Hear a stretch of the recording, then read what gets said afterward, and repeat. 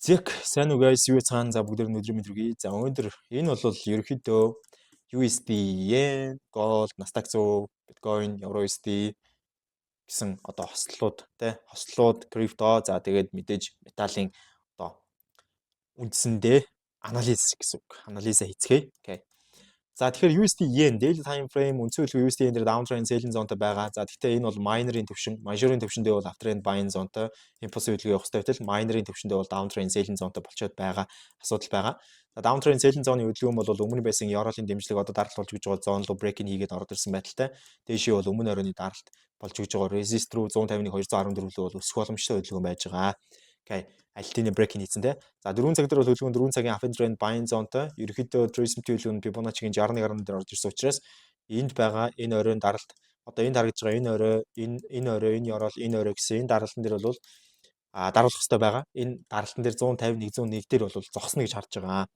За тэгэхээр тэр хүртэл бол үндсэн хөдөлгөөн дээр buy арилжаа явж болсон. За ер нь бол эндээс ингээд 13 цагт би гэхдээ энийг бол сигнал болгож өгч чадаагүй л дээ.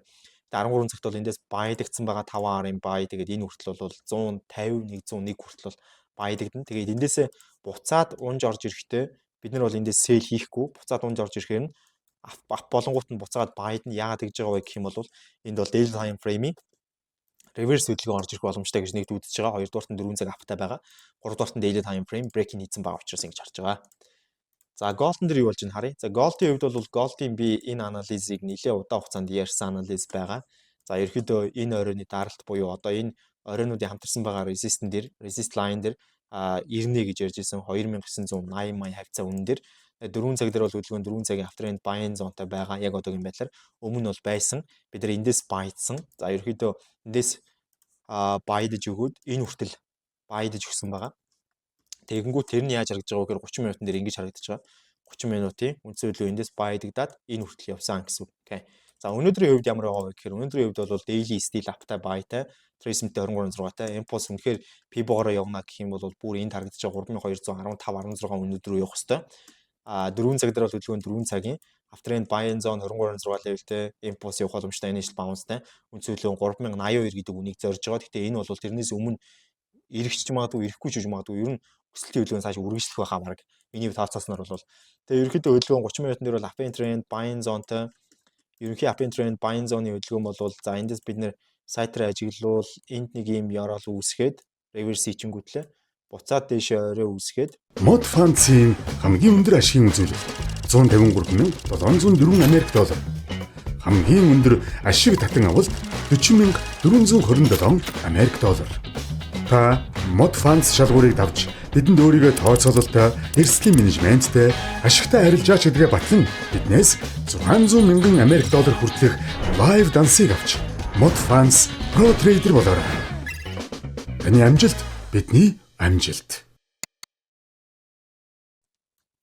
за тэгээд энд дахиж нэг орой үүсгээд энд ярал үүсгээд эндээсээ ийшээ гарсан байна. За ийшээ гарах бишээ ийшээ гарсан байна. Тэгээ хөдөлгөөн маань энд гарч ирчээд үндсэн хөдөлгөөн маань энд trace хийчээд энд reverse хийгээд 4 цагийн trace авчрах гэж үзсэн байна. Тэгээ дахиж reverse хийгээд амжилтгүй болоод оройгоо эвдээд энэ дээр гарч ирсэн. Энэ дээр гарч ирээд энд trace хийсэн. Одоо эндээс бол хөдөлгөөн мэдээж дээшээ up buy бол альтины байгаа. За up buy бол альтины ингээд ороод ирж байгаа хөдөлгөөн. Тэгээд энэ up buy-ийн хөдөлгөөн одоо хаа үрхийг бол би мэдэхгүй. Зөв ямар ч үсэн эндээс бол ингэж явж хагаад хөдөлгөөн бол ирэх бах. Тэр үе хүртэл бол энэ бол up buy-тай холно гэсэн Gold бол. За Nasdaq 100 байна. За Nasdaq 100-гийн хувьд бол бас л buy-тай хөдөлгөөн байгаа. За ерөнхийдөө Nasdaq 100 бол major-ийн хувьд бол upтай buy-тай хөдөлгөөн байгаа. Minor-ийн хувьд бол down sell-тэй хөдөлгөөн. TraceMT хөдөлгөөн нь би ярьжсэн өмнө Euroлийн даралт руу break-in хийгээд энэ одоо Euroлийн дэмжлэг одоо даралт болж байгаа зон 20,403 үнэлээ бол өсөх боломжтой гэдэг. Тэр break-in хийгдсэн байгаа. Одоо өсөх гээд байна. Тэгээ 4 цаг дээр бол хөдөлгөөн 4 цагийн үндсэн downtrend selling zone-тай тэр үрлэхэд 4 цаг бол reverse хийгдэх ёстой. Тэгэхээр бас утга бүхий. Тэгээ тэнд хүрээд бол үндсэн хөдөлгөөн маань буцаад доошо reverse хийж бас болно. Тэгэхээр окей. Дээшээ бол өсөж байна. За 30 минутын үед бол өнөөдөр 30 минутын дээр миний харж ирсэнчлэн энд 13 цагт Yorol бол үүсгэж чадаагүй. За 13 цагт яг энд Yorol үүсгэх гээд чадаагүй учраас эндээс ямар нэгэн buy бол яваагүй байгаа би. Зүгээр дараагийн Yorolууд дээр бол buy дах бүрэн боломж угаасаа үүснэ. Энд 403 үн хүртэл байдна гэж харж байгаа. Тэндээсээ буцаад реверсийг ороод ирвэл сэлтэд тэгээд өмнө оройгоо брейк хийж чадах юм бол энд харагдаж байгаа резист руу брейк хийж чадах юм бол доошо бүр илүү унана гэж харж байгаа. За биткойны анализ бол ерөөхдөө хэвээрээ байгаа. Биткойн дээр би мажор наптай байгаа гэдгийг хүлээн зөвшөөрсөн. Тэгвэл майнер нь бол даунтай байгаа. Мажорын трейсмти хөдөлгөөн Fibonacci-гийн 77 хүртэл ирэх гэж байгаа. 61.8 дээр хаагдаж магадгүй гэж харж байгаа. 61.8 нь болохоор хэд үн вэ гэх юм бол 73,000 үн байгаа. 73,000 дээр хаагдаад үндсэн хөдөлгөөн маань дээшээ буцаж өсөхдөө 125,000 үн хүрч болно гэж харж байгаа. Тэгээ одоогийн байдлаар бол майнерын даунтрend selling zone явж байгаа. Tracing хөдөлгөөн аваад ирсэн нөхцөл байдал харагдаж байна. Tracing хөдөлгөөн нь Fibonacci-гийн 38.2-тай импульс нь доошоо ерөөхдөө дороо яаж 67,360 руу зааж байгаа байдалтай харагдаж байна. 4 цаг дээр хөдөлгөөн 4 цагийн downtrend selling zone-тай болсон tracing хөдөлгөөн аваад ирсэн нөхцөл байдал харагдаж байна. 4 цагийн downtrend selling zone tracing хөдөлгөөн Fibonacci-гийн 38.2-тай хөдөлгөөн харагдаад байна. 38.2-тай учраас үндсэн хөдөлгөөн маань доошоо бол хангалттай 60 за 66,000 үн хүртэл бол унах боломжтой гэж харуулдаг байгаа. Гэхдээ замд нь бол 73,000 үн дээр зогсолт хийж магадгүй. Тэгээ 30 минутын дээр бол хөдөлгөөн 30 минут яг одоогийн байдлаар нэг тэгж учраа олсон хөдөлгөөн бол ийх байгаа. Эндээс ингээд даунтай байсан хөдөлгөөн аптай болоод apply явж байсан хөдөлгөөн буцаад эндээс даунсан, апплсан, тэгэл даунсан, буцаал апплсан, одоо trace-тэй явж байгаа. Энэ аппын хөдөлгөөн буцаад даун болоод үндсэн хөдөлгөөн маань доош унах боломжтой.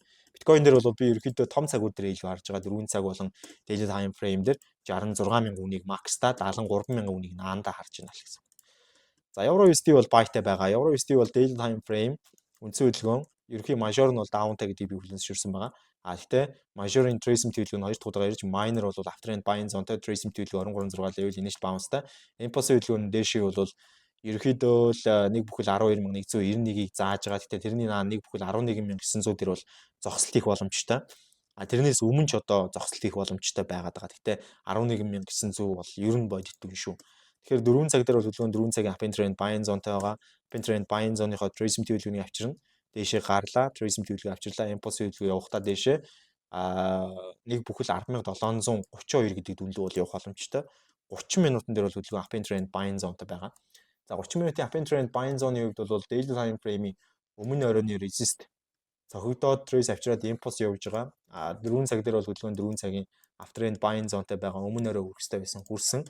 30 минутын дээр бол хөдөлгөөн 30 минутын дээр ерөөдөө энд яг жижигхэн яруул гаргасан. Жижигхэн яруулын кандл гаргасан бол энэ хүртэл баядах боломжтой байсан. Одоо бол баян боломж байхгүй. Одоо үндсэн хөдөлгөөн маань 4 цагийнхаа импульсыг daily-гийн импульстай хийх гэж байгаа учраас эндээс trace авчираад дээшээ нэлээд хурдтай өсөлтийг хийх боломжтой. Хамгийн макста 11,900. Наанда бол 4 цаг дээр за ер нь нэг 10,000 хавцаа үнэн дээр очино л гэж харж байна гэсэн. За юм байна.